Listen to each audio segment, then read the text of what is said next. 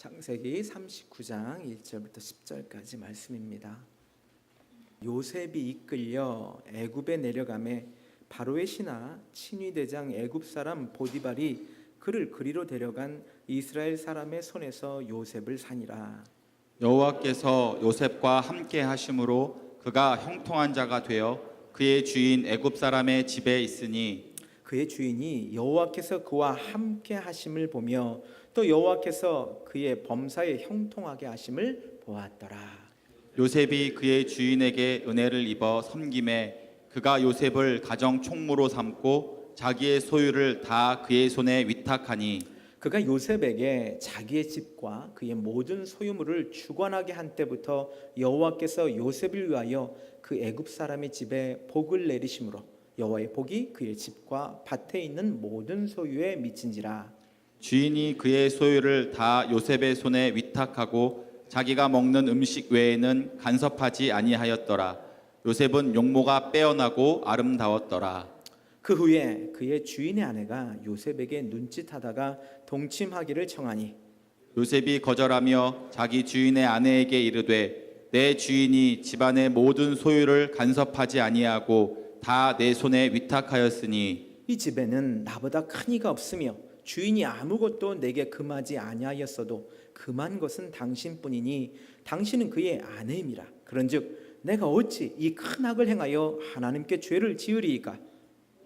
날마다 요셉에게 청하였으나 요셉이 듣지 아니하여 동침하지 아니할 뿐더러 함께 있지도 아니하니라. 아멘. 인간은 누구나 행복하기를 원하죠. 여러분, 하나님께서는 저와 여러분이 행복하기를 원하십니다. 오늘 행복하십니까? 아멘 하신 저와 여러분 계속해서 행복하시기를 간절히 축원을 드립니다. 여러분, 행복의 반대말은 무엇일까요? 많은 사람들은 행복의 반대말이 불행이라고 생각할 것입니다. 그런데 저는 행복의 반대말은 우울증이라고 생각합니다.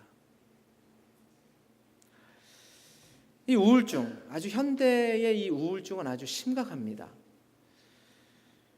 이 우울증은 바로 이 자존감 상실에 의해서 나타난 것이라고 현대 심리학계는 지금 주장을 합니다. 저는 그것이 맞다고 생각합니다. 이러한 그 상실과 빈약한 이 자아상에 의해서 나타나는 것은 바로 열등감이죠.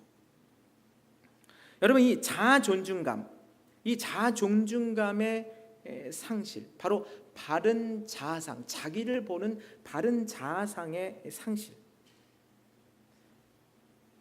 스스로 무가치하다고 느끼는 것, 이게 참 이 현대인의 많은 문제가 되고 있습니다. 그래서 열등감이라고 하는 것은 바로 이 낮은 자존감에서 생겨난 것이라고 할 수 있습니다.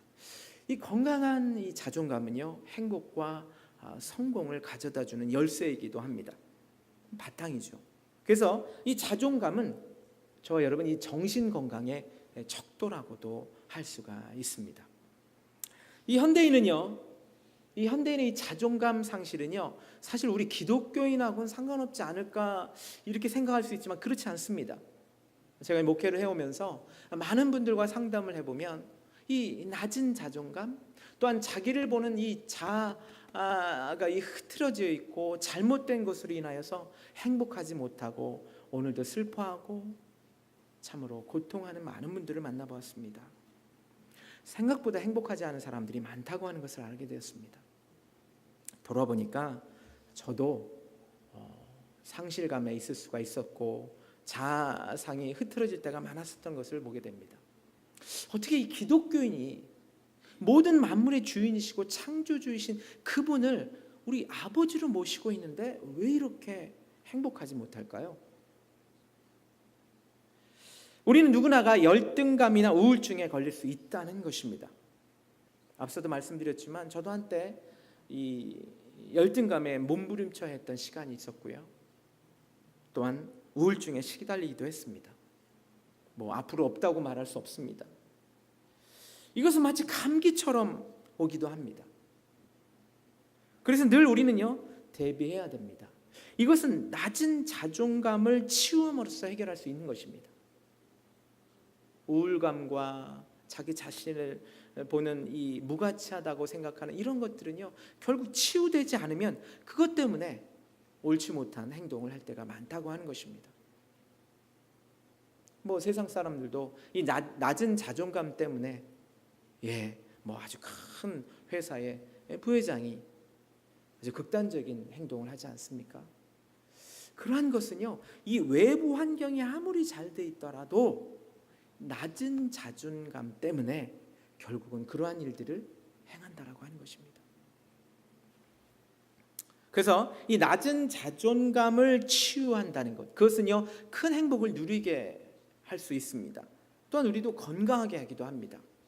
그래서 또한 믿음으로 사는 저와 여러분의 사역에 사실 또한 큰 힘이 되는 것이 이 자존감입니다. 높은 자존감이에요. 우리가 자존감이 높으면 우리가 사역도 힘있게 할 수가 있습니다. 나아가서 그리스도를 위한 우리의 삶이 더 풍성해진다고 하는 것입니다. 그래서 정말로 필요합니다. 성경은 말씀하기를 로마서 12장 3절에 내게 주신 은혜로 말미암아 내가 너희 각 사람에게 말하노니 마땅히 생각할 그 이상의 생각을 품지 말고 오직 하나님께서 각 사람에게 나누어 주신 믿음의 분량대로 지혜롭게 생각하라 라고 지금 바울은 저와 여러분에게 권면하고 있습니다. 지혜롭게 생각하라. 여러분, 오늘 말씀을 통해서 저는 저와 여러분이 지혜롭게 생각하는 시간이 되었으면 좋겠습니다. 성령님의 은혜가 넘치시기를 간절히 축원을 드립니다. 여러분, 자존심이라는 말이 있고 자존감이라는 말이 있어요. 이 자존심은 어떤 것이냐면 그렇지 않은데도 불구하고 자신이 남보다 낫다고 생각한다고 하는 것입니다. 저와 여러분 그런 게 있죠, 그렇죠? 최소한 쟤보다 내가 나아. 여러분, 이 자존심이 강한 사람은요, 남들이 자신을 이렇게 무시한다고 생각할 때는요, 아주 손발톱 다 내놓고 달려듭니다. 이 자존심은 결국 어떤 것이냐? 열등감에서 나오는 거예요. 이 자존심이 강한 사람은 상처도 아주 잘 받습니다. 그래서 이 공격적이기가 쉽죠. 그래서 이 자존심이라고 하는 것은 타인을 통해서 본 나의 평가입니다. 그러나 자존감은 그렇지 않습니다.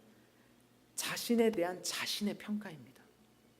뭐 다른 사람의 눈으로 볼 필요가 없는 거예요. 여러분, 사티어라고 하는 분이 이런 말씀을 했어요. 자기 자신에게 가치를 부여하고 자기 자신을 귀히 여김과 사랑 그리고 진실성을 가지고 대할 수 있는 능력이 자존감이다라고 했습니다. 즉 간단하게 말하면 스스로 존중하는 마음입니다. 그런데 이 스스로 존중한다는 게 잘못하면은 뭐 교만하라고 하는 뜻이 아닙니다. 바로 우리 기독교인의 자존감은 예수님을 통해 예수님을 인한 예수님으로 향한 나 자신을 겸손히 존중하는 것입니다. 여러분, 믿음의 사람 요셉, 오늘 우리가 읽은 이 요셉, 이 사람은요, 제가 보니까 자존감이 아주 많았던 사람이에요. 그 자존감은 엄청난 이 역경, 이 나락으로 떨어졌지 않습니까? 그것을 이겨내는데 큰 역할을 합니다. 그는 주 안에서 승리를 했고요. 그래서 지금 저와 여러분에게 이렇게 회자되고 있는 믿음의 조상이 되었다라고 하는 것입니다.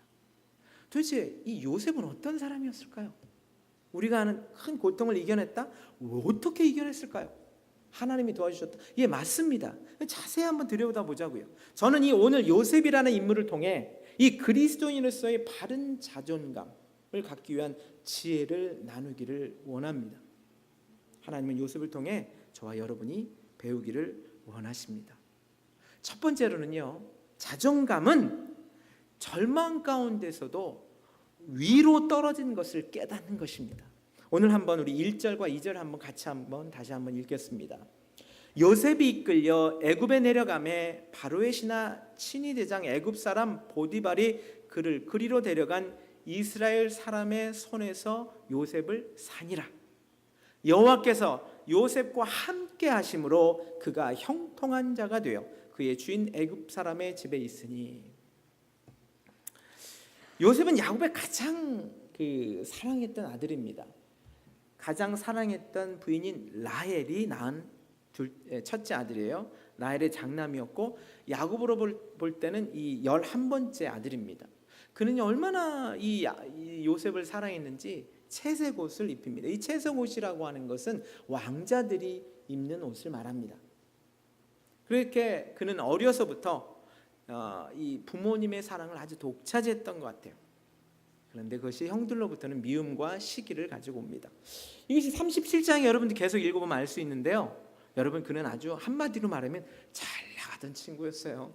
예, 제일 잘 나가는, 야곱의 12아들이지만 그 중에 제일 잘 나가는 아들이었습니다. 근데 그는 꿈꾸는 자였어요. 하나님이 그 꿈을 주셨어요.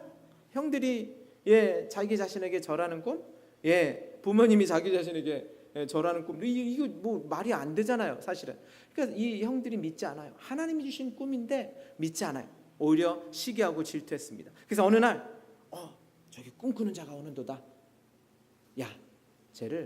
그동안 내가 열이 받는데 쟤를 우리가 좀 해쳐야 되겠다 하는 마음을 먹고 형들이 그를 이 구덩이에 넣어버립니다. 구덩이에 넣었다가 꺼내가지고 이스라엘 사람 손에 팔아먹습니다. 팔렸어요, 여러분들. 가장 귀한 아들에서 완전히 이건 상품으로서, 노예로서 팔아먹은 것입니다. 여러분, 누가 고난과 역경을, 환난을 피할 수 있을까요? 누가 나락으로 떨어짐을 피할 수 있을까요? 저는 그런 기도는 하지 말아야 된다고 생각해요. 하나님, 나에게 고난은 절대 없게 하여 주옵소서. 제가 분명히 말씀드리는데요, 개런티 하는데요, 하나님이 이 기도 안 들어주십니다. 특별히 하나님, 내 자신만큼은요 절대로 어떠한 고난도 없게 하여 주시옵소서, 미슈미다 해봤자 소용없습니다. 여러분, 우리 인생에 있어서 고난은요, 나락으로 떨어지는 것은 이미 예약되어 있습니다. 대비해야 합니다. 그래서 우리는 이렇게 기도해야 돼요. 하나님, 어떠한 고난과 역경이 있을지라도 그것을 이겨낼 수 있는 힘을 주옵소서. 우리 자녀가 그 고난을 타고 넘어갈 수 있도록, 그 고난을 피하는 것이 아니라 그 고난을 딛고 더 큰 강하고 강력한 믿음을 소유한 자가 되게 하여 주옵소서. 이렇게 기도하는 것이 맞습니다. 오늘 요셉이 그 고난에 떨어졌어요. 이것도 나락으로 떨어졌어요. 여러분, 2절을 다시 보시면 뭐라고 되어 있냐면, 여호와께서 요셉과 함께 하심으로 그가 형통한 자가 되었다라고 그래요. 여러분, 형통한 자 된 거 맞아요? 아멘 하신 것도 맞습니다. 제가 틀리다는 얘기가 아니라. 근데 여러분, 형통했으면 집으로 가야지. 지금 노예로 있어요. 이게 형통한 거 맞아요? 노예로 있는데 무슨 형통이에요? 물론 우리가 성경 전체로 보면은 요셉이 형통한 거 맞아요. 제가 이제 그 맞다는 걸 말씀드릴게요. 근데 우리가 세상적으로 봅시다 좀. 노예로 있는데 뭐가 형통하냐고요? 도대체 여기서 형통의 의미가 뭐예요? 그러면 여러분, 우리가 꼭 한 가지 알아야 될 게 있어요. 제가 계속해서 말씀드리지만 그리스도인은 떨어져도 위쪽으로 떨어집니다. 아래쪽으로 떨어지는 게 아니에요. 그래서 형통합니다. 저기 지옥으로 떨어지는 게 아니에요. 하나님의 자녀는요, 위로 떨어져도 위쪽이에요. 우리는 죽어도 천국이라니까요. 믿으십니까? 여러분, 그리스도인은 떨어져도 위쪽으로 떨어집니다. 여러분, 안 되는, 이게 표현해서 죄송해요, 안 되는 놈은 뒤로 넘어져도 뭐가 깨져요? 뒤에 코가 달렸는지 뒤에서 코가 깨집니다. 근데 우리는 되는 사람이에요. 되는 사람은 넘어져도 어떻게 돼요? 안 깨집니다. 우리는 넘어져도 다시 일어날 수 있습니다. 우리는 떨어져도 위쪽으로 떨어집니다. 하나님은 우리를 위쪽으로 떨어뜨리십니다. 결코 저와 여러분을 아래로 떨어뜨리지 않는다라고 하는 것입니다. 여러분, 절망적 상황으로 떨어졌어요? 그런데 가보니까 어디예요? 여러분 보세요. 다시 한번. 요셉과 함께 하심으로. 지금 떨어졌는데 어디 있다고요? 하나님이 함께 하신다는 거예요. 거기에 하나님이 계셨다고 하는 것입니다. 기껏 떨어졌는데 가보니까 하나님이 거기 계시네. 이게 저와 여러분의 삶입니다. 이것을 믿으시기 바랍니다. 하나님이 함께 하신다는 것, 그게 형통이라는 것입니다. 세상적으로 보면 아직도 노예로 살고, 여러분, 노예가 월급을 받았게요, 안 받았게요? 무슨 월급을 줬겠어요? 팔려왔는데. 여러분, 이건 형통이, 세상적으로 말하면 어이구 집까짓 게 무슨 형통이야, 노예로 사는데, 이렇게 된다니까요. 그런데 알고 봤더니 떨어진 그곳에 하나님이 계시니까, 하나님이 함께 하시니까 그곳이 형통이라는 것입니다. 이것은 해석을 달리하는 것입니다. 우리 기독교는 해석이 달라요. 세상적인 것과 다릅니다. 지금 세상 사람들은요, 세상과 형통하려고 모든 수단과 방법을 다 씁니다. 공부도 더 많이 하려고 그러고요, 더 권세를 가지려고 하고요, 재물도 더 많이 모읍니다. 그러나 하나님과 형통하지 못한 것은 모두 죄가 됩니다. 하나님이 그곳에 계시지 않는 것이면 그것은 다 형통하지 못한 것입니다. 아무리 세상적으로 형통해도요, 그것은 결국 망하게 되는 것입니다.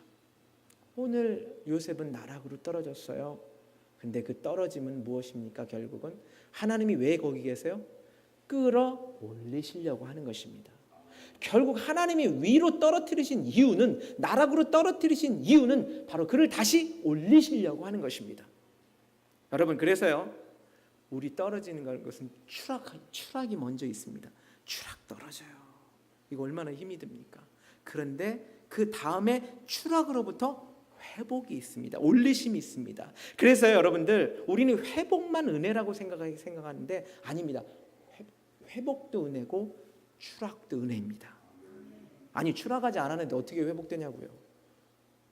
이것은 제가 얘기하는 리처드 로이라고 하는 분이 말씀하신 것입니다. 아래로 내려간 사람들만이 위로 올라가는 것이 무엇임을 이해한다. 아래로 떨어진, 그것도 잘 떨어진 사람이 위로 올라갈 수 있고 그 위를 오용하지 않을 수 있는 유일한 사람입니다. 여러분, 솔직히 말씀드려서 지금 우리 천국 가면요, 죄송합니다, 여러분은 안 그럴 건데 제가 지금 천국 가면 제가 천국을 오염시킬 거예요. 아직 제가 너무 안 된 게 많거든요. 그래서 하나님은 우리를 나락으로 떨어뜨려서 훈련시키셔서 위로 올리시는 거예요. 이게 하나님의 은혜예요. 근데 우리는 아프죠, 힘들죠, 여러분들. 여러분, 우리는요, 떨어져도, 그래서요, 이렇게 표현하면 좀 여러분들 아플지 모르지만 잘 떨어져야 합니다. 쌤통이란 뜻 아닙니다. 우리는 바르게 떨어져야 돼요. 잘 떨어져야 돼요. 하나님이 요셉과 함께 하심으로. 이것은 2절 우리가 읽었지만 21절에도 있고 23절에도 있어요. 이게 형통입니다. 비록 떨어졌어도 임마누엘의 하나님을 발견하는 것입니다. 요셉은 그래서 바르게 떨어진 거예요. 잘 떨어지는 것은 어디냐면 거기서 하나님을 만나는 것입니다. 여러분들, 그런데 기껏 떨어졌는데 하나님을 못 만나고 있어요? 이건 잘못 떨어진 거예요. 여러분, 하나님이 함께 하시는 이유가 뭘까요? 도대체 왜 하나님이 함께 하십니까? 그것이 하나님의 사역입니다. 하나님의 사역은 저와 여러분과 함께 하는 것입니다. 바로 저와 여러분, 하나님은 당신의 자녀와 함께 하기를 원하십니다. 성경 전체를 보세요. 하나님은 늘 인간과 함께 하기를 원하셨어요. 그런데 늘 인간은 박차고 나가요. 여러분, 우리 하나님은요, 에덴 동산에서도, 아브라함의 긴 그 여행에서도요, 시나센 언약의 상황에서도요, 광야에서도, 저 장막에서도, 요단강을 건널 때도요, 가나안에 들어갈 때도요, 가나안에서도요, 여러분 늘 함께 하셨어요. 왜일까요? 하나님은 자신과 친교하도록 그의 백성을 부르신 것입니다. 요셉은요, 아브라함의 복을 전수받은 자라고 하는 것을 우리는 잘 압니다. 그렇죠? 아브라함 하나님, 야곱의 하나님, 이삭의 하나님, 결국 요셉의 하나님이시죠. 그래서 하나님을 잊지 않으셨어요.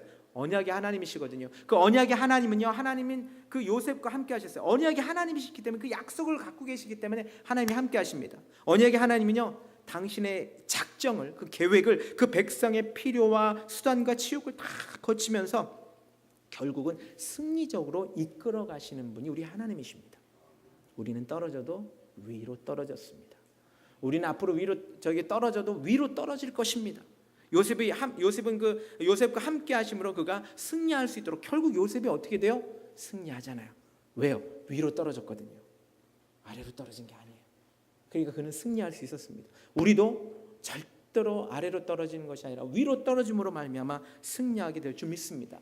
근데 이 하나님은요, 그저 그냥 요때 힘들 때만 함께 하시는 하나님이 아니에요. 늘 함께 하세요.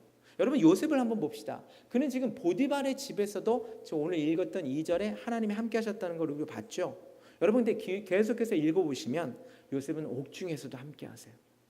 여러분, 그리고요, 계속해서 어디든 하나님이 함께 하셨다라고 하는 것을 봅니다. 그래서 언제든 어디서든 하나님은 함께 하십니다. 우리가 읽는 성경은요, 분명히 말씀하세요. 내가 너와 함께 언제 어디든지 함께 할 것이다. 늘입니다. 요셉도 마찬가지였고요. 아까도 말씀드렸지만 옥에서도 보디발의 집에서도 그가 구덩이에 있었을 때에도 하나님은 함께 하십니다. 하나님은 필요할 때만 함께 하심이 아닙니다. 왜? 늘 존재하신 하나님입니다. 그래서 우리는요, 늘 그분을 인식해야 돼요. 지금 이 자리에 하나님이 계신 걸 우리는 생각을 해야 됩니다. 인식해야 합니다. 우리는 단지 인식하지 못할 뿐이지 하나님은 이곳에 계십니다. 예, 다만 우리가 인식하지 못할 뿐입니다. 인식해야 돼요. 하나님은요, 늘 저와 여러분과 함께 하시기를 원하시기 때문에 저와 여러분이 가는 그 어디에도 가신다는 것입니다. 제가 처음에 예수를 이제 만났을 때요, 굉장히 불편했어요. 그때는 이 성경 지식이 너무 없어가지고 어릴 때라 그때 중학교 한 1학년 때인가 그랬을 거예요. 이제 은혜를 탁 받고 나니까요, 성령 충만하고 이 하나님을 만나고 나니까 막 미치겠더라고요, 이 기쁨이. 그런데 이제 제가 이렇게 걸어가면 하나님 말씀하시는 거예요. 내가 너를 사랑한다. 이 말씀을 계속 하시는 거예요. 내가 너를 사랑한다. 너도 나 사랑하니? 이렇게 자꾸 물으시는 거예요. 근데 화장실을 가서도 그러시네. 이게 너무 불편한 거예요, 제가. 어디를 가든 불편한 거예요. 그래서 한 번은 제가 우리 저희 목사님한테, 여자 목사님이셨어요, 그 당시에. 어떻게 하죠? 그랬더니 하나님, 제가 다 압니다. 그러니까 하나님, 제가 믿음으로 알기 때문에 계속해서 그렇게 묻지 마시고 믿음으로 제가 하나님께 말씀드리겠습니다. 그렇게 말씀을 하래요. 그래서 그렇게 했더니 그 다음부터는 좀 괜찮아졌어요. 제가 굉장히 처음에 힘들었어요. 그런데 저는 그때 후회가 돼요. 지금은 화장실에서도 하나님 나에게 말씀하시면 얼마나 더 좋을까. 여러분, 하나님은 어디에든 계시다라고 하는 것입니다. 주님이 말씀하십니다. 계시록 3장 20절에 볼지어다 내가 문 밖에 서서 두드리니 누구든지 내 음성을 듣고 문을 열면 내가 그에게로 들어가 뭐 하자고요? 밥 먹자고요. 하나님은 늘 우리와 밥 먹자고 하십니다. 여러분, 우리 친하면 밥부터 먹잖아요, 그렇죠? 밥 먹자고 그러잖아요. 여러분, 그렇습니다. 주님은 오늘도 저와 여러분과 친교하기를 원하십니다. 여러분들, 우리는 매일 인격적으로 하나님과 그래서 교제해야 돼요. 그래서 우리는 늘 우리에게 계시지만 우리가 하나님을 만나지 않고 있다는 게 문제입니다. 여러분, 구약에서 보세요. 여러분들, 그러면 형통이라는 것은 하나님이 함께 하셨다는 거니까. 아브라함과 함께 하셨습니다. 그 밤에 여호와께서 그에게 나타나 이르시되 나는 내 아버지 하나님 아브라함의 하나님이니 두려워 말라. 내 종 아브라함을 위하여 내가 너와 함께 있어 내게 복을 주어 내 자손이 번성하게 하리라. 모세에게도 함께 하셨어요. 하나님이 이르시되 내가 반드시 너와 함께 있으리라. 여호수아에게도 말씀하셨어요. 내 평생에 너를 능히 대적할 자가 없으니 내가 모세와 함께 있었던 같이 너와 함께 있을 것입니다. 내가 너를 떠나지 아니하며 버리지 아니하리니. 그런 하나님이 저와 여러분과 함께 하십니다. 그래서 예수님이 오셨어요.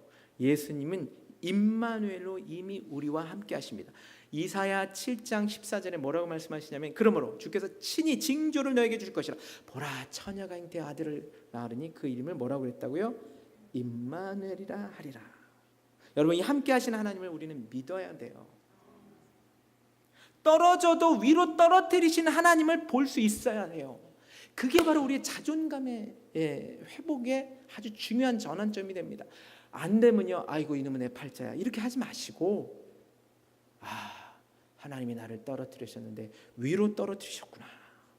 여러분, 요셉은 까닭없이 고생을 당하지만 오히려 하나님을 믿어요. 왜? 위로 떨어졌다는 것을 알았습니다. 여러분, 랑게는 요셉을 이렇게 평가하고 있더라고요. 이 굉장한 주석가죠. 종이 되었으나 자유하는 사람입니다. 불행하나 오히려 행운아입니다. 버림을 받았으나 아직도 유혹을 강하게 대항합니다. 외로우나 도리어 하나님 앞에 있습니다.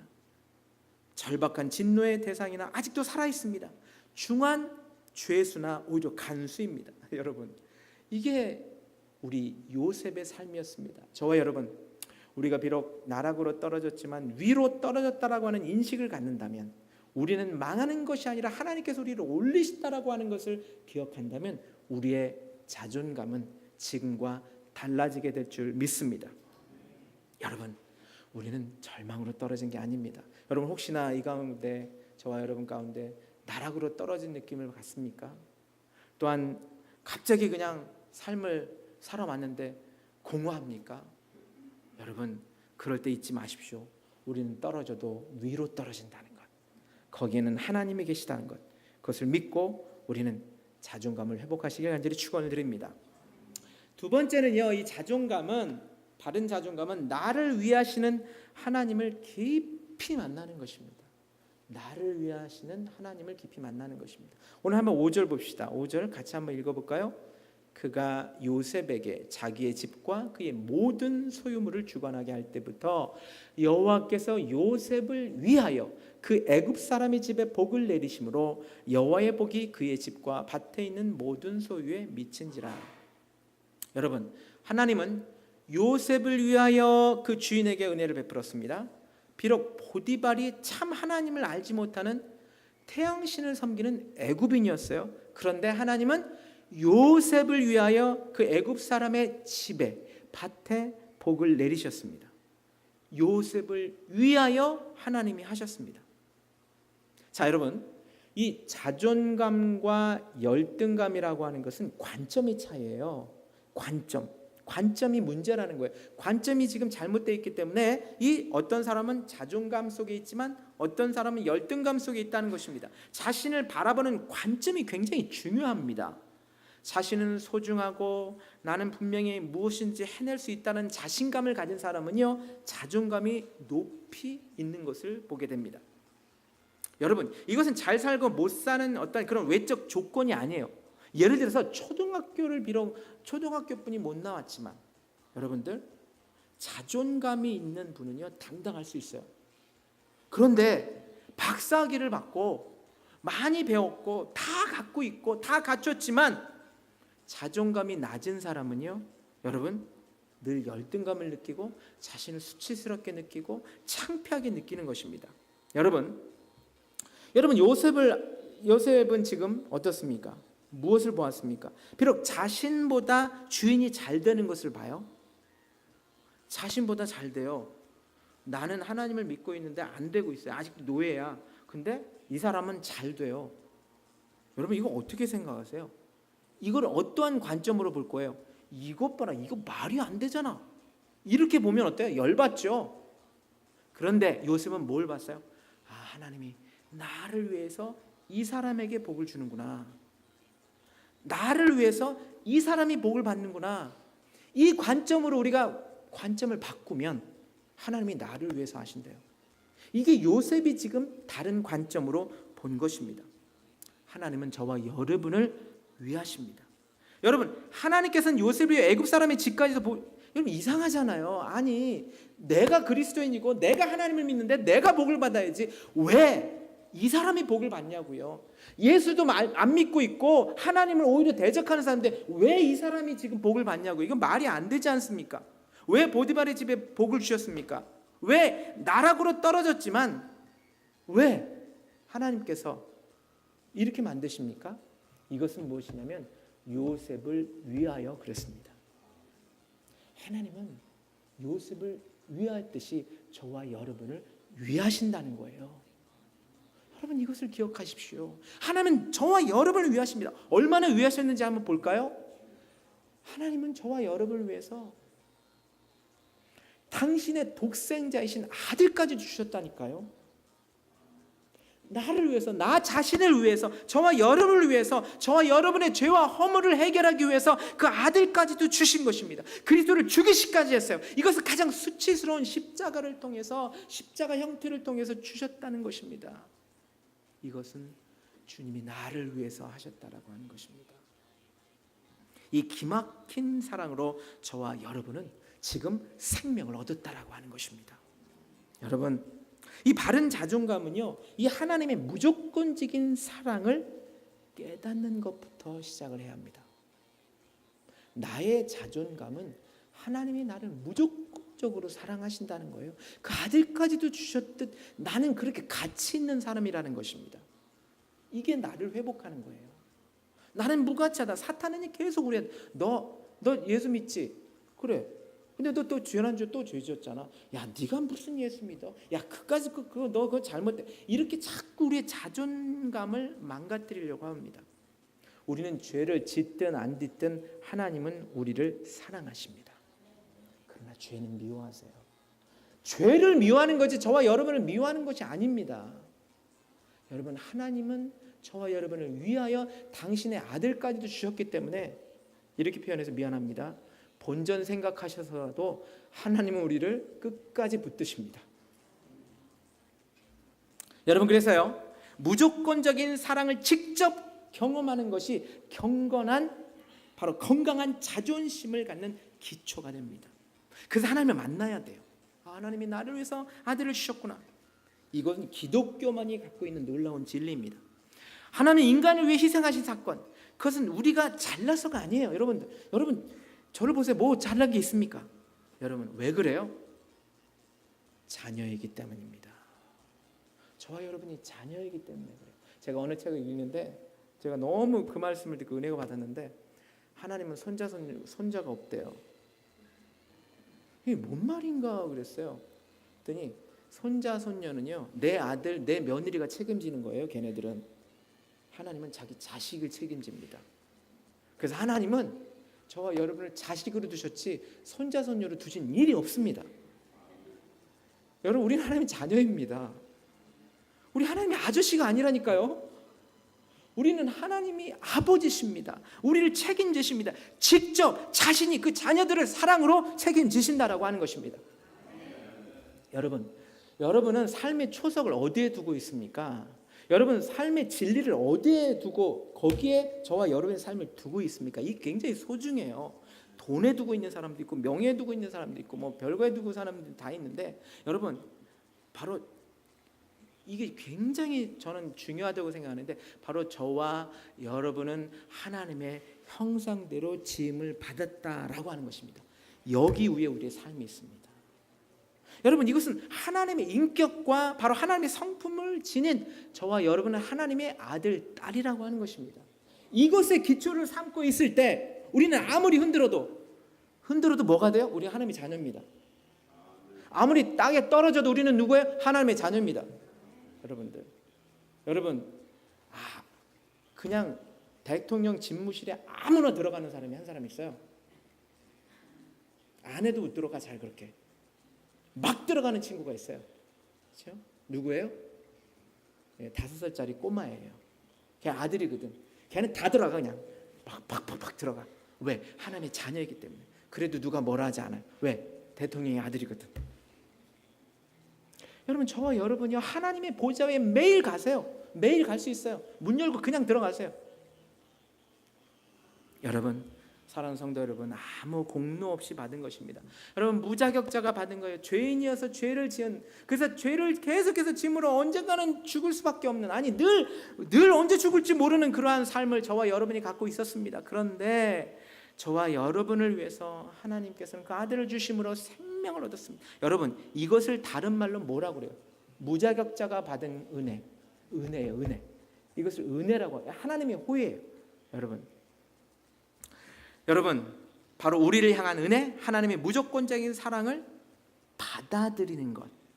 지금 이 시간에 하나님이 나를 정말 무조건적으로 사랑한다라고 하는 것을 받아들이는 그 순간, 저와 여러분의 자존감은 그때부터 일어납니다. 살아납니다. 여기서 생각하셔야 돼요. 돈을 많이 벌어서 자존감이 높아지는 게 아니에요.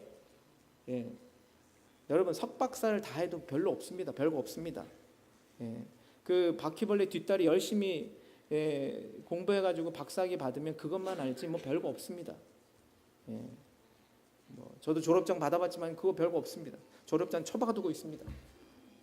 그거 뭐 별거 아니에요. 그런데 하나님이 나를 너무너무 사랑하시고 무조건적으로 나를 사랑하신다. 내가 죄를 지어도, 지난주 여러분 죄 지었죠? 솔직히 얘기해 봅시다. 죄 안 지은 사람 없어요. 저도 죄를 지었어요. 근데 하나님이 사랑하신다니까요. 이것을 지금 내가 받아들여야 돼요. 죄는 미워하세요, 물론. 이것을 받아들이면 오늘 우리는 자존감 회복이 일어납니다. 이것은 혁명이에요. 자존감의 혁명은 하나님이 나를 정말로 지금도 사랑하시고, 내가 저기 떨어져도 하나님이 나를 사랑하시고, 내가 뭔 짓을 하더라도 하나님이 나를 사랑하신다. 그러면 다시 우리는 돌아올 수 있습니다. 내 모든 수치를 다 드러내도 하나님이 나를 사랑하신다라고 하는 것, 이것을 눈이 띄어야 돼요. 이것은 세상 누구도 이해할 수 없는 것입니다. 여러분, 그런데 많은 사람들이 이것을 한 번 하면 되겠지라고 생각하는 경우가 있어요. 하나님이 나를 무조건적으로 사랑하신다. 그때가 이제 회심이었고 하나님을 만나는 그 순간이었을 거예요. 그래요. 굉장히 소중합니다. 저도 있어요. 중학교 2학년 때 하나님을 직접 만났거든요. 그런데 여러분, 이 치유는 자존감의 치유, 즉 하나님이 나를 무조건 사랑하신다라고 하는 것. 그래서 내 자존감의 치유가 되고 회복이 됐잖아요. 이것은 평생 이루어지는 것입니다. 한 번 이루어지는 게 아니에요. 계속해서. 그래서 과거에 예수를 믿었지만 오늘도 우리는 또다시 주님이 나를 오늘도 사랑하시는구나, 이것을 계속해서 깨닫는 것입니다. 이것을 이 하나님을 만나는 것입니다. 하나님의 사랑, 은혜를 매일 새롭게 회복함으로 저와 여러분의 자존감도 지속적으로 회복해야 하는 것입니다. 이것을 다른 말로, 어려운 말로 성화라고 하는 것입니다. 성도 여러분, 성경을 보십시오. 모든 하나님의 사람들이 계속 변화의 삶을 살아요. 여러분, 이단에서는요, 한번 그 교주를 알았으면 막 살아도 된다는 이단도 있더라고요. 우리 성경은 그렇게 말하고 있지 않습니다. 계속해서 여러분 보세요. 다윗, 바울, 모세, 베드로 계속 변화하잖아요. 왜 그래요? 하나님은 저와 여러분을 계속 변화 속에서 저 위로 올리시려고 하는 것입니다. 그래서 말씀과 기도, 우리 제자들의 이 공동체, 우리 제자교회 공동체, 권능 있는 제자들 공동체 이렇게 모여서 함께 기도하고 함께 예배함으로 우리가 계속해서 변화의 삶을 사는 것입니다. 그래서 계속 자기 자신을 성찰하는 것입니다. 자기 자신을 바라보는 태도가 바뀌어야 되는 것입니다. 여러분, 우리가 예배 안 드리면서 자기 자신을 바꿀 수 있다고 생각하지 마십시오. 우리가 성경 없이 우리 자신을 바꿀 수 있다고 생각하지 마십시오. 하나님은 말씀을 통해서, 예배를 통해서, 우리 공동체의 삶을 통해서 바꾸어 주시는 것입니다. 그래서 아까 읽어드렸던 말씀이죠. 오직 하나님께서 각 사람에게 나눠주신 믿음의 분량대로 지혜롭게 생각하라는 뜻은 뭐냐면, 우리가 부정적인 것도 우리 안에 있고 긍정적인 것도 있어. 그러니까 분수대로 네가 계속해서 하나님의 나라를 위해서 하나님 안에서 변화되는 삶을 살아라. 그게 바로 로마서 12장 3절의 말씀입니다. 각 사람에게 나누신 믿음의 분량대로 지혜롭게 생각하라. 예수 믿었으니까 난 이제 다 됐어, 이게 아니라는 거예요. 우리는 계속해서 변화되어야 하는 것입니다. 그래서 이 부정적 자질도 있고 긍정적 자질을 인정하고 겸손하게 삶을 살라고 하는 것입니다. 그렇습니다. 그리스도인의 자존감은 성경이 분명히 우리에게 말씀하고 있습니다. 저는 여러분, 저와 여러분, 저도 이 말씀이 저에게 해당되는 말씀입니다. 오늘 저는 저와 여러분의 생각이 바뀌길 원합니다. 여러분, 생각이 바뀌어야 돼요. 생각이 바뀌면 태도가 바뀌고, 태도가 바뀌면 습관이 바뀌고, 습관이 바뀌면 어떻게 돼요? 우리의 운명도 바뀌고요, 우리 인격도 바뀌는 것입니다. 그렇습니다. 여러분, 그리스도의 자존감은 성경이 분명히 말씀하고 있어요. 그걸 제가 말씀을 드릴게요. 우리는 하나님의 형상입니다. 창세기 1장 26절 28절 제가 읽어드리진 않겠어요. 저 따라합시다. 나는 하나님의 형상으로 창조되었습니다. 여러분, 이걸 받아들이세요. 지금 뭐 집에 가서 하지 마세요. 지금 받아들이세요. 나는 하나님의 형상으로 창조되었습니다. 그리고 하나님 무조건적으로 사랑하신다고 로마서 5장 8절에 분명히 말씀하고 있거든요. 우리 따라합시다. 나는 하나님께서 내 모습 이대로 무조건적으로 사랑받고 있다. 이걸 받아들이세요. 하나님께서 내 모습 이대로 지금 무조건적으로 나를 사랑하고 나는 그 사랑을 받고 있다라고 하는, 이걸 받아들이세요. 그리고 우리는 분명히 성경에 말해요. 귀중한 가치라고 말씀하세요. 이사야 43장 4절, 아까 우리 찬양도 했었죠. 나는 보배롭고 존귀하며 말할 수 없는 가치를 지니고 있다. 한번 따라합시다. 나는 보배롭고 존귀하며 말할 수 없는 가치를 지니고 있다. 여러분, 믿으세요. 이것을 받아들이세요. 여러분, 또한 거룩한 성도라고 성경은 분명히 말하고 있습니다. 히브리서 10장 10절, 그 다음에 고린도서 1장 2절 6절 11절 계속해서 나옵니다. 여러분, 나는 하나님의 거룩한 성도다. 나는 하나님의 찌그러진 성도가 아니라 나는 하나님의 거룩한 성도다. 이걸 받아들이세요. 거룩한 성도라고 하는 것은 깨끗한 성도를 말하는 것이고 구별한 성도를 말하는 것입니다. 여러분, 또한 하나님은 분명히 하나님의 자녀라고 말씀하세요. 요한복음 1장 12절과 에베소 2장 19절에 말씀하고 있습니다. 나는 하나님의 사랑받는 자녀다. 이걸 받아들이세요. 이게 오늘 자존감 회복의 기초요. 여기서부터 우리는 시작해야 된다라고 하는 것입니다. 이것을 완전히 받아들이십시오. 주님은 당신이 죽으면서까지 이것을 증명하셨습니다. 하나님이 나를 죽이면서까지 너를 사랑했어. 이것을 받아들여. 저 십자가 얘기하고 있다라고 하는 것입니다. 여러분, 저와 여러분은 예수님이 가장 소중한 분이라는 것을 우리는 알고 있어요. 예수님이, 그렇죠? 예수님이 가장 소중하잖아요. 그런데 그 예수님이 나를 위해서 죽으셨다는 것입니다. 그래서 지금 주님은 저와 여러분, 예수 그리스도께서는요, 저와 여러분을 어떻게 보시는지 아세요? 우리는 예수님이 저와 여러분을 보는 눈으로 봐야 돼요. 예수님은요, 그것은 바로 내 모습 그대로 사랑하는 것입니다. 제가 한번 읽어드릴 테니까 한번 기억해 보세요. 나는 불완전하고 많은 한계를 가지고 있지만 여전히 소중한 존재다. 믿으십니까? 나는 불완전하지 않다고 인정하려고 막 그러시는 분 계시는데 다 불완전합니다. 한계도 많아요, 여러분들. 저 100m 한 20초 넘게 뜁니다. 다 한계가 있는 거예요. 나는 불완전하기에 얼마든지 실수를 저지를 수 있다. 인정 안 하려고 하지 마세요. 다 하실 수 있습니다. 나는 하나님이 주시는 능력으로 살아갈 권리가 있다. 이게 예수님이 우리를 보는 눈이에요. 나는 하나님이 준 특별하고 고유한 정체성을 가지고 있다. 나는 관심과 사랑을 받을 만한 가치가 있다. 나는 하나님이 사랑하시고 기뻐하는 소중한 존재다. 자, 이제 여러분 제가 한번 여러분에게 말씀드릴게요. 따라서 합시다. 나는 내가 좋다. 그냥 좋다 하지 마시고 나는 내가 좋다. 여러분 왜 좋은지 아세요? 간단해요. 그냥 억지로 제가 좋다고 하는 것이 아니라 하나님이 나를 사랑하시기 때문에 나는 내가 좋은 거예요. 나는 내가 좋다. 우리 가슴에 손을 얹고 정말 고백합시다. 나는 내가 너무 좋다. 약간 좀 이렇게 좀 뒤에 캥기는 분이 계실 거예요. 그거는 아직 자존감 회복이 안 돼서 그래. 아니 그러지 마세요. 정말 하나님이 저와 여러분을 너무너무 사랑하시거든요. 나는 내가 너무 좋다. 이것부터 시작하시 간절히 축원을 드립니다.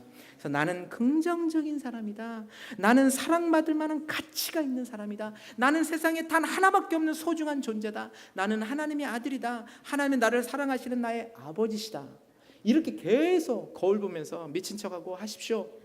괜찮습니다. 왜? 하나님이 나를 사랑하시는데 누가 뭐라고 그럴 거예요? 누가 근거를 대면 하나님이 나를 사랑하신다는데 네가 뭐라고 말할 거야? 여러분 근거를 대세요. 하나님이 나를 사랑하신다. 하나님이 이처럼 사랑하사 뭘 주셨어요? 돈 100만 원 주셨어요? 아니에요. 독생자를 주셨어요.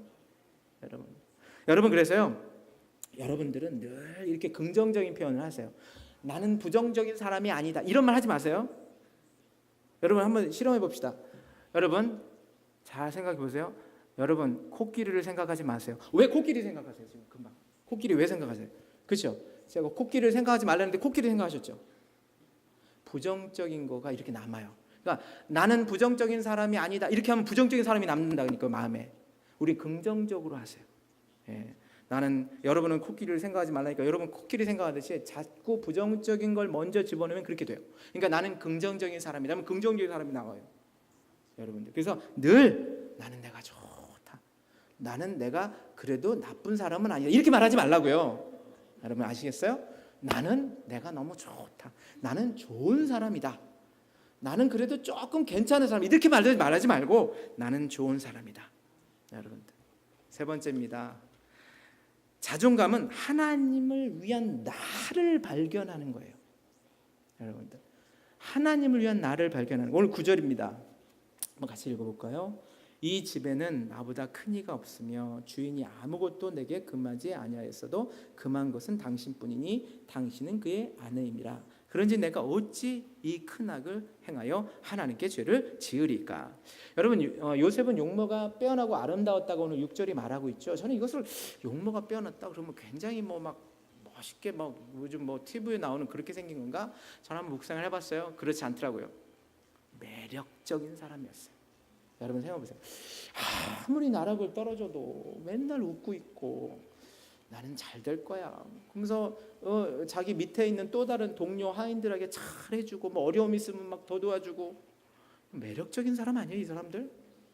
여러분 자존감이 높은 사람은요 매력적이 된다니까요. 이 요셉은 매력적인 사람이 된 거예요.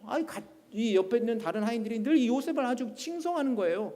여러분들 매력적인 거예요. 그러니까 이 사탄이 타요. 그러니까 사탄은 우리가 그리스도인의 매력적인 것을 어떻게든지 허물려고 그래요. 그래서 사탄이 틈을 탔어요. 그래서 그때 이제 이 보디발의 아내의 유혹을 받았는데 그때 그가 한 말이에요. 보세요. 그런즉 내가 어찌 이 큰 악을 행하여 하나님께 죄를 지으리까. 여러분, 참된 자존감의 시작이 내가 하나님의 손에 의해서 창조되었다고 말씀드렸어요. 거기서부터 우리가 시작을 해야 된다고 그랬어요. 그러면 그 참된 자존감의 끝은 뭐지 아세요? 그것은 바로 하나님을 기쁘시게 하는 삶을 사는 것입니다. 요즘은 그 누구보다도요 원망하며 살 수 있는 사람이었어요. 아주 원망하면 좀 어때요? 세상에 뭘 잘못했어요? 요셉이 뭘 그렇게 크게 잘못했어요? 뭐 생각해, 뭐 이렇게 좀 꿈 얘기한 거? 아니 그 꿈 얘기 했으니 꿈을 꿨으니까 했지. 그 얘기했다고 이렇게 잡아 죽여가지고 그냥 저기 노예로 팝니까? 저 같으면 원망 12번 다 했어요. 근데 원망을 안 해요 이 사람이. 제가 그래서 이번에 또 찾아봤어요. 원망 좀 나와라. 나 요셉도 나도 비슷한 사람인데 왜 원망 하나도 안 나오는 거예요. 노예로 팔려가도 원망하지 않았어요. 여러분 그는 성실하게 일했잖아요. 근데 일했는데 세상에 감옥에 또 갇히네. 아니 그래도 이 사람 바보 아닙니까? 여러분 원망을 많이 하면 많이 해서 쌓아놓으면 뭐가 되는지 아세요? 그것이 절망이 됩니다. 원망이 절망으로 가요. 그는 왜 도대체 한 번도 원망하지 않고 살죠? 도대체 이 사람은 어떤 거죠?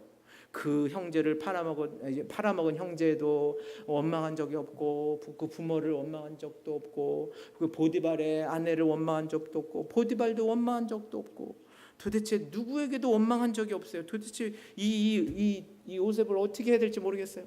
좀 비슷했으면 좋겠는데 왜 그랬을까요? 바로 건강한 자존감을 갖고 있었기 때문입니다. 여러분 성경이 이렇게 말하고 있어요. 로마서 12장 17절 아무에게도 악을 악으로 갚지 말고 모든 사람 앞에 선한 일을 도모하라. 여러분 원망과 한탄은 아무 해결이 되지 않아요. 누가 나를 버리고 갔어요. 죽어라고 미워해 보세요. 그 사람은요 정말 잘 삽니다. 왜냐하면 욕을 많이 먹었기 때문에 잘 살아요. 근데 나는 암만 걸려, 암에 걸려가지고 나만 죽어라. 이게 삶의 원리예요. 축복하세요.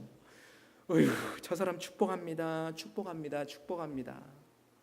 여러분 요셉은 하나님의 관점에서 지금 그 상처와 고통의 의미를 재해석하고 있어요. 여러분 우리는 고통당할 수 있어요. 나락으로 떨어질 수 있어요. 위로 떨어졌다고 그랬잖아요. 떨어져요. 떨어진다고요. 그런데 그것을 어떻게 해석하느냐에 따라 달라요.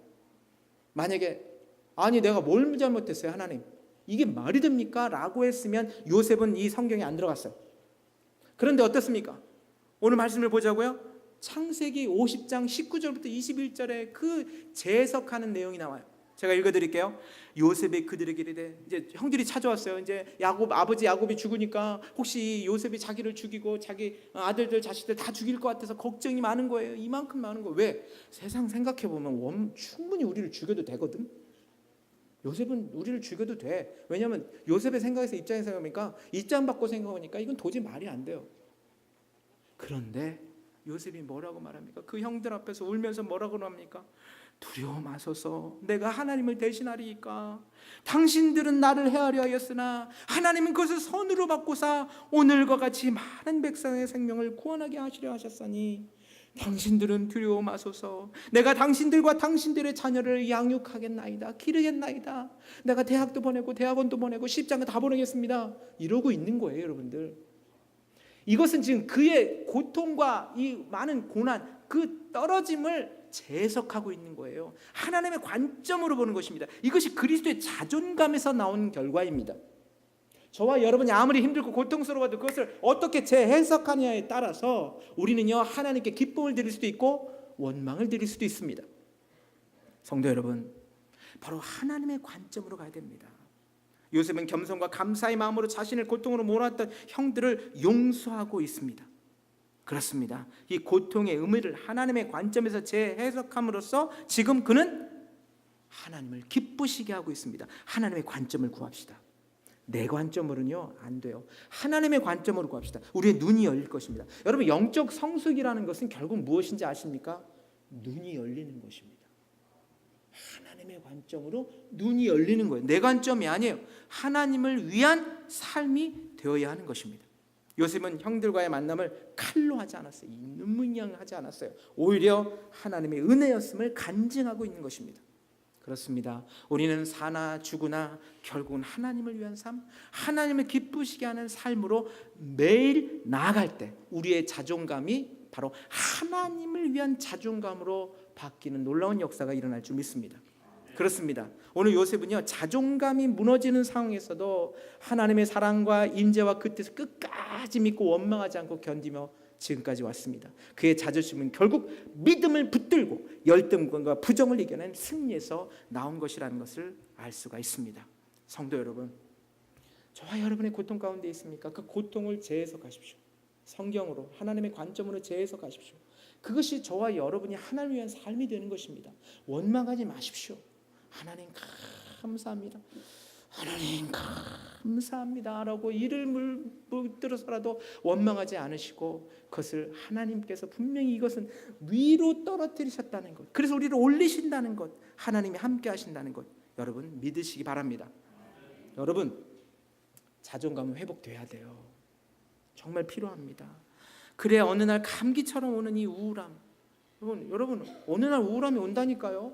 여러분 이제 그러신 분들이 여기 어르신들 많으실 거예요. 애들 다 이제 시집장가 가고 다 가니까 갑자기 우울함이 오는 거예요. 왜냐면 열심히 라이드도 했고 내가 필요한 사람이었는데 알고 봤더니 나는 이제 밥순이로 바뀌는 것 같아. 진짜 제가 실질적으로 저한테 오셨던 분이 말씀하신 거예요. 삶에 의욕이 없어졌다는 거예요. 여러분, 누군가에 의해서 필요에 의해서 내가 자존감이 있다? 아니에요. 우리는 하나님으로 말미암아 우리의 자존감이 회복돼야 합니다. 여러분, 드는 생각은요, 내가 왜 이래? 나는 무가치하지? 내가 이제 나는 이제 보니까 난 나이만 먹었네? 나는 돈도 한번 벌어보지도 못했네? 이런 생각하면 안 돼요, 여러분들. 여러분, 남편보다 주부의 그 주부 생활이 3배나 비싼 거 아세요? 이 실제로 나온 것입니다. 여러분, 드는 생각을 바른 생각, 진리의 생각으로 바꿔야 합니다. 드는 생각대로 쫓아가지 마세요. 드는 생각을 진리의 생각, 하나님의 관점으로 재해석하십시오. 그래야 우리는 그때 하나님을 늘 만나게 된다라고 하는 것입니다. 여러분, 그런 하나님을 추적하십시오. 추격하십시오. 쫓아가십시오. 우리 하나님은요, 마치 제가 지난주에 우리 꼬마 애들하고 놀면서 이렇게 숨어봤어요. 숨기도 했었어요. 우리 하나님이 그러시는 것 같아요. 탁 숨으시는 거예요. 우리는 쫓아가야 돼요. 끝까지 하나님을 추적하십시오. 하나님을 붙드십시오. 그래서 우리의 자존감은 나를 기쁘게 하는 것이 아니라 하나님을 기쁘게 하는 목적으로 사는 것임을 매일 발견해내는 것입니다. 그래서 우리가 매일매일 살면서 발견하십시오. 저와 여러분, 코람데오의 삶을 사시기를 간절히, 바로 하나님 앞에서의 삶을 사시기 간절히 부탁을 드리겠습니다. 여러분, 하나님이 나를 사랑하십니다. 그러니까 나도 나를 사랑할 수 있습니다. 나는 하나님을 위해 삽니다. 그러한 자부심으로 오늘도 사시기를 간절히 축원을 드리겠습니다. 기도하겠습니다. 여러분, 이 시간 기도할 때 여러분들, 하나님, 그렇습니다. 내가 다시 한번 나의 자존감을 회복해야 되겠습니다. 나의 자존감은 나의 환경이 아니라 하나님을 인하여서, 하나님이 나를 무조건적으로 사랑하신다는 것, 하나님이 지금도 나를 사랑하시고 나를 위해서 바로 사신다는 것, 나는 또한 하나님을 기쁘시게 하는 자로서 살아야 한다는 것을, 거기서 나의 자존감을 회복해야 된다는 것을 깨닫습니다. 하나님, 지금 나의 힘든 것, 나의 고통을 재해석합니다. 하나님, 원망하지 않겠습니다. 감사합니다. 분명히 하나님은 나를 땅에 떨어뜨리신 것 같은데 알고 봤더니 위로 떨어뜨리셨다는 것을 오늘 다시 한번 깨닫습니다. 주님, 나는 망하지 않습니다. 나는 절망하지 않습니다. 하나님이 나의 아버지십니다. 하나님은 나의 아버지시요, 나는 하나님의 자녀입니다. 여러분, 이 고백을 하면서 여러분의 자존감 여러분 회복하시기 바랍니다. 이 시간 같이 함께 기도하겠습니다.